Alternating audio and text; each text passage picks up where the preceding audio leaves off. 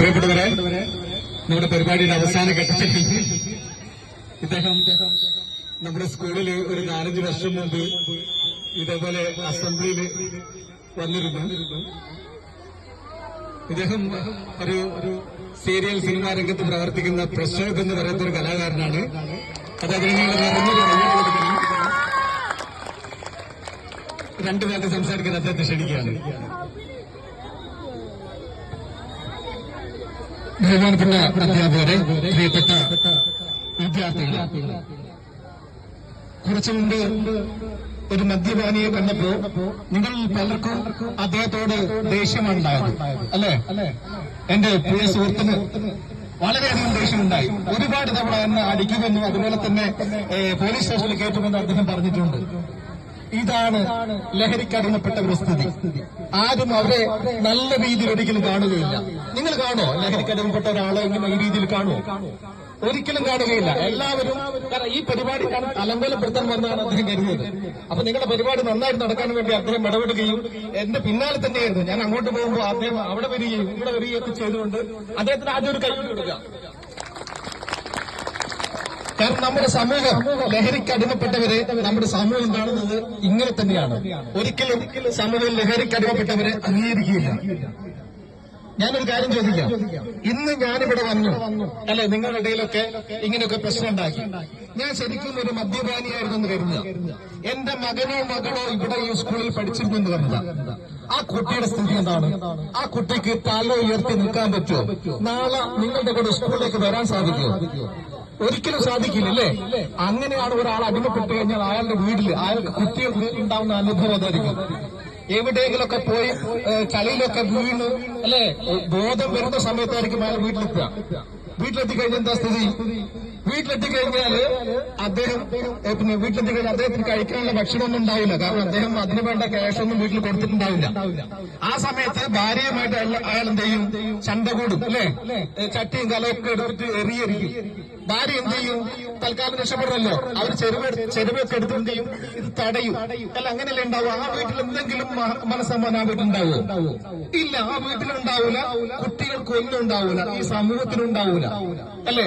ഇതാണ് നമ്മുടെ നാടിന്റെ സ്ഥിതി. അതുകൊണ്ട് എനിക്ക് നിങ്ങളോട് പറയാനുള്ളത്, ലഹരി ഒരിക്കലും നിങ്ങൾ ഉപയോഗിക്കാൻ പാടില്ല. നിങ്ങൾ ഉപയോഗിക്കുന്ന അറിഞ്ഞുകൊണ്ട് നമ്മൾ ആരും തന്നെ ലഹരി ഉപയോഗിക്കില്ല.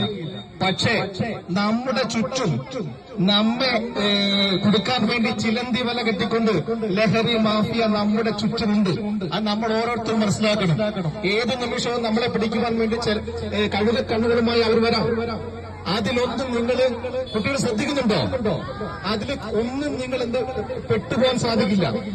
അല്ലെ, നമ്മുടെ സുഹൃത്തുക്കൾ, നമ്മുടെ സുഹൃത്തുക്കളെ തെരഞ്ഞെടുക്കുമ്പോൾ നല്ല സുഹൃത്തുക്കളെ തെരഞ്ഞെടുക്കണം. നമ്മുടെ സുഹൃത്തുക്കൾ അങ്ങനെ ആരെങ്കിലും എന്തെങ്കിലുമൊക്കെ ചെയ്യുന്നുണ്ടെങ്കിൽ നിങ്ങൾ എന്ത് ചെയ്യണം? അവരുടെ കൂടെ കൂടുകയല്ലേ ചെയ്യേണ്ടത്. അവരെ നിങ്ങളുടെ കൂടെ കൂട്ടി എന്ത് ചെയ്യണം? അവരെ നല്ല രീതിയിലേക്ക് നയിക്കുവാൻ വേണ്ടി നിങ്ങൾ ഓരോരുത്തരും ഉണ്ടാവണം. നിങ്ങൾക്കാണ് സാധിക്കുക. അങ്ങനെ ലഹരിക്കടിമപ്പെട്ട ആരെങ്കിലും ഒക്കെ ഉണ്ടെങ്കിൽ അവർക്ക് വേണ്ട ചികിത്സയും മറ്റുമൊക്കെ ഗവൺമെന്റ് സർക്കാർ തലത്തിൽ സൗജന്യമായിട്ടൊക്കെ ഉണ്ട്. അതൊക്കെ കണ്ടുപിടിക്കുകയും അവരെ ചികിത്സിച്ച് നല്ല രീതിയിൽ കൊണ്ടുവരാൻ വേണ്ടി നമ്മൾ ഓരോരുത്തരും പ്രതിജ്ഞാബദ്ധരാണ്, അല്ലേ? അപ്പൊ ഈ ലഹരി വിരുദ്ധ ദിനത്തിൽ ജൂൺ 6 മാത്രം ആയിരിക്കരുത് നിങ്ങളുടെ ഈ പ്രതിജ്ഞ. നിങ്ങളുടെ ജീവിതത്തിൽ മുഴുവൻ ഈ പ്രതിജ്ഞ ഉണ്ടാവണം. ജീവിതകാലം മുഴുവൻ നിങ്ങൾ എന്ത് ചെയ്യണം? ഈ ലഹരിക്കെതിരെ നിങ്ങൾ പോരാടണം. ഞാനൊരു കാര്യം പറയാം. ഞാനൊരു കലാകാരനാണ്. കേരളത്തിനും അകത്തും പുറത്തുമൊക്കെ നാടകത്തിനും മറ്റുമൊക്കെ ആയിട്ട് പോകുന്ന ഒരാളാണ്. ആ സമയത്ത് എന്റെ സുഹൃത്തുക്കൾ പലരും ലഹരി ഉപയോഗിക്കുകയും അല്ലെങ്കിൽ അങ്ങനെ ഒരുപാട് ആളുകൾ ഞാൻ കണ്ടിട്ടുണ്ട്. പക്ഷെ എന്തുകൊണ്ടോ എനിക്ക് അന്ന് എന്റെ ചെറുപ്പകാലത്ത് ഞാൻ സ്കൂളിൽ പഠിക്കുന്ന സമയത്ത് ഇതുപോലെ ലഹരി വിരുദ്ധ ക്യാമ്പിലൊക്കെ പ്രവർത്തിച്ചതിന്റെ അടിസ്ഥാനത്തിൽ NSSലൊക്കെ പ്രവർത്തിച്ചതിന്റെ അടിസ്ഥാനത്തിൽ അന്ന് സ്കൂളിൽ നിന്ന് കിട്ടിയ ഒരു അറിവ് കൊണ്ടായിരിക്കാം ഒരുപക്ഷെ ഞാൻ ലഹരിക്കടിമപ്പെടാതെ ഇന്നിവിടെ നിൽക്കുന്നത്. അതുകൊണ്ട് എന്റെ പ്രിയപ്പെട്ട കുട്ടികളെ, എനിക്ക് നിങ്ങളോട് ഒന്നേ പറയാനുള്ളൂ, ആരും ലഹരിക്ക് അടിമപ്പെടരുത്. അത്തരം ആളുകളെ നിങ്ങൾ അതിൽ നിന്ന് മാറ്റിക്കൊണ്ടുവരാൻ നിങ്ങൾ ശ്രമിക്കുക. Say no to drugs. Drugs വേണ്ടാന്ന് പറയുക. ഓക്കെ, തൽക്കാലം ഞാൻ നിർത്തുകയാണ്. പ്രിയപ്പെട്ട മക്കളെ, ന്യൂമാഹി ബസ് സ്റ്റോപ്പിൽ ഇവിടെ നിങ്ങളെ സംരക്ഷിക്കാൻ നാട്ടുകാരുണ്ടെന്നുള്ളതിന്റെ ഏറ്റവും നല്ല ഉദാഹരണമാണ് ഇദ്ദേഹത്തെ എതിർക്കാൻ വേണ്ടി വന്ന പ്രിയപ്പെട്ട സുഹൃത്ത്. ഇതിന്റെ പേരെനിക്കറിയില്ല. എന്തായാലും നാട്ടുകാർ നമ്മുടെ ഒപ്പം ഉണ്ടെന്ന് ഇദ്ദേഹം തെളിയിച്ചു കഴിഞ്ഞിരിക്കും. അദ്ദേഹത്തിന്റെ 2 വാക്ക് സംസാരിക്കാൻ വേണ്ടി ക്ഷണിക്കുകയാണ്. പ്രിയപ്പെട്ട മക്കളെ, ഞാൻ അറിയാതെ ഇതുപോലെ ഉള്ള കാര്യങ്ങളിൽ പ്രതികരിക്കുന്ന ഒരു വ്യക്തിയാണ്. നേരിട്ട് പറഞ്ഞു കഴിഞ്ഞാൽ ഞാനും അത്യാവശ്യം ലേശം കള്ളത്തെ കുടിക്കുന്ന ആൾ തന്നെയാണ്. പക്ഷേ ലഹരിക്ക് അടിമയാവുക എന്ന് പറഞ്ഞാൽ അതൊരിക്കലും നമ്മുടെ ജീവിതത്തിൽ, ഞാനിപ്പോ കള്ളു കുടിച്ചിട്ട് വീട്ടിൽ പോയി കഴിഞ്ഞാൽ എന്റെ മക്കൾക്ക് എത്ര കണ്ട് എന്നെ അവോയ്ഡ് ചെയ്യണമെന്ന് തോന്നുന്നു. ഓക്കെ അല്ലേ? അപ്പൊ അതുകൊണ്ട് അറിയാതെ എന്താണെന്നറിയില്ല, ഏത് റോഡിൽ കണ്ടാലും, ഒരു ബസ്സിലൊരു പ്രശ്നം ഉണ്ടായാലും, ഒരു പെൺകുട്ടിയായിട്ട് കന്നറിഞ്ഞ ഒരാൾ തോന്നിവാസം കാണിക്കുന്നത് കണ്ടാലും ഞാൻ പ്രതികരിക്കരുത്. Thank you. മനു.